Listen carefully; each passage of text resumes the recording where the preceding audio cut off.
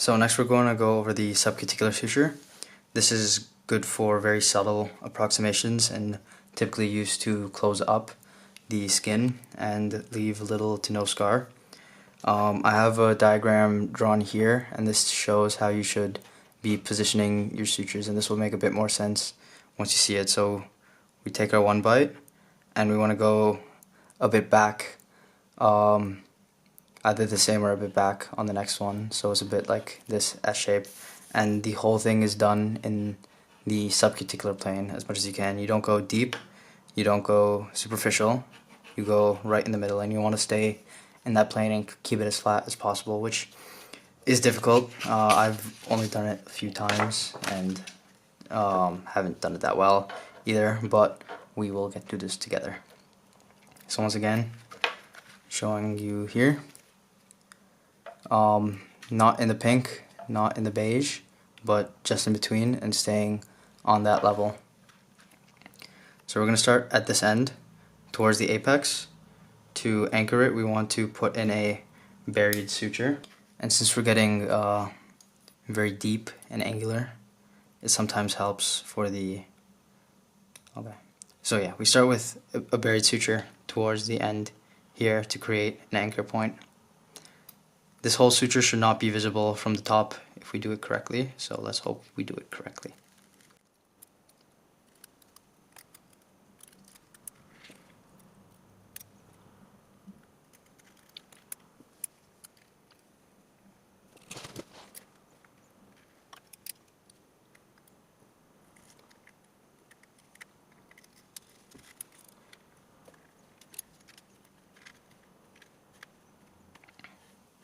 So this first one doesn't have to be a full buried knot, it could just be on one side, and it should be close to the apex on one side.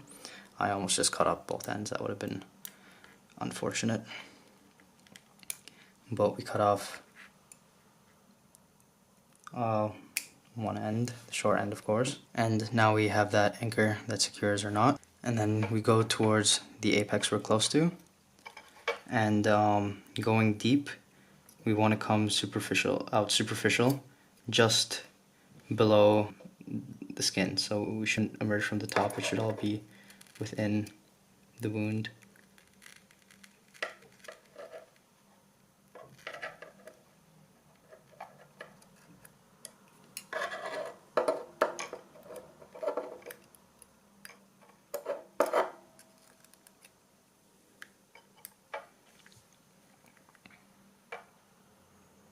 So there we go. That's how we start it. It's a tricky one. Now we load up our needle. It helps to put it at that angle I showed at the beginning. Let me try again. This way, because we're going to be opening the skin and then entering at the subcuticular level and exiting at it too. So we're doing this all just under the skin, and we essentially want to stay on that one plane as much as we can. And once again, try to keep your tension throughout, because then otherwise at the end you don't want to damage the skin when you have to pull it all together at once. But now we've done one side and we go to the other.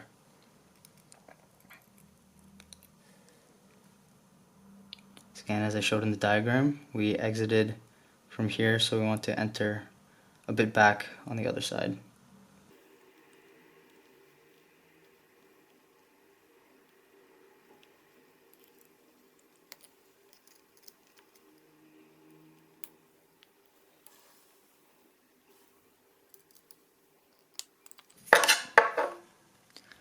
My suggestion, be patient.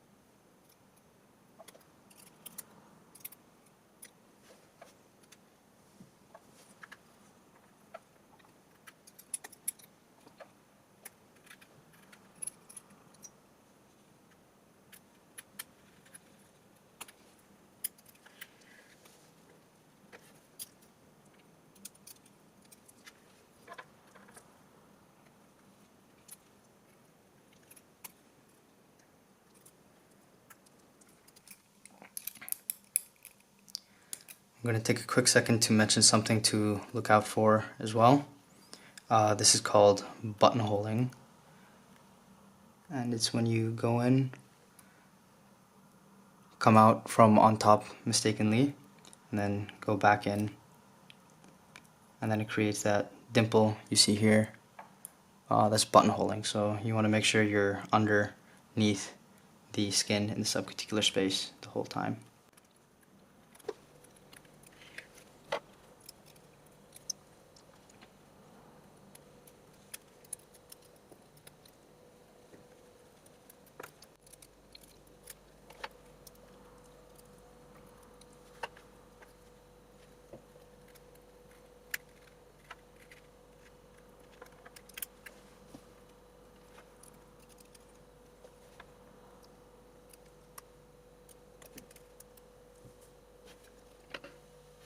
And now we're here towards the end, and now it's time to close it.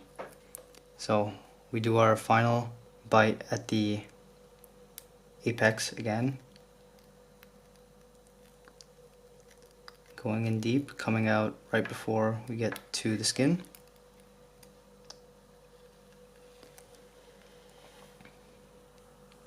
And we do our Aberdeen knot once again.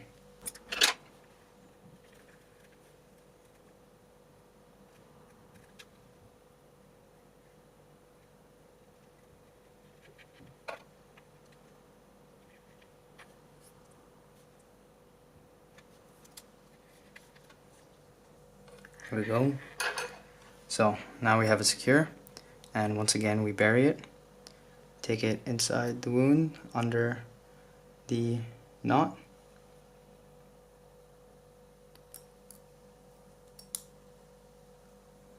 and bring it out to the side.